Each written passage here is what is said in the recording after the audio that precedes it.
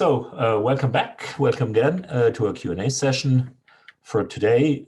There is not much we are going to talk about from my side today.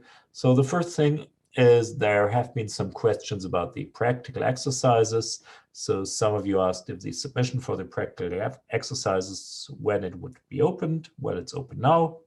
So this is available because you have to configure it that way in Blackboard for the groups that were defined as of this morning, like around 9 o'clock. So please let me know if there are changes to groups, to configurations. If you haven't found a group yet and need to join one, then we might need to add you somewhere. This might be a bit fiddly in Blackboard, but I hope it's going to work.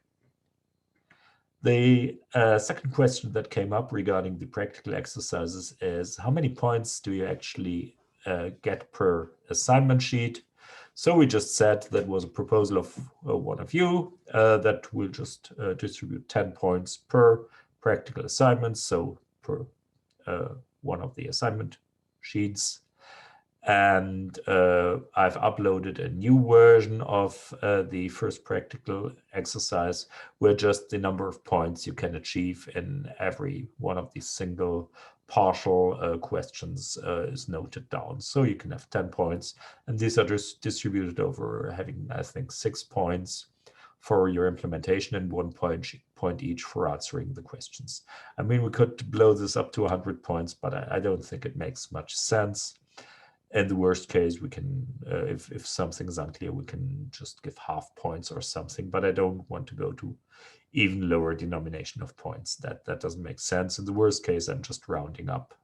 So in doubt, you're benefiting from this. So we have 6 practical exercises in compiler construction, which means you can achieve 60 points overall, 6 times 10 in the practical exercises. We chose not to ask for a minimum number of points in the practical exercises. So in theory, if you get 0 points for the practical exercises and manage to get 100% of the points in the final home exam, you would pass.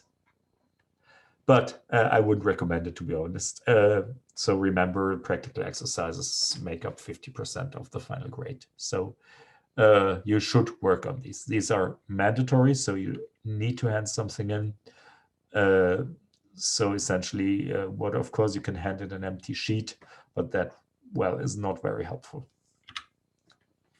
So about the lecture mode and recordings and so on. So last Friday, we had a teachers meeting online, which discussed, as you've probably seen in the news, like switching to physical teaching in some courses, especially for students in the first year.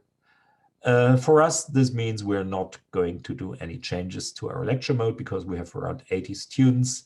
Lectures are only allowed to be physical and up to 50 students. So we'll continue in the way we have done this so far. We'll put lecture videos online on YouTube. The next lecture video, lecture 4, will arrive tomorrow morning.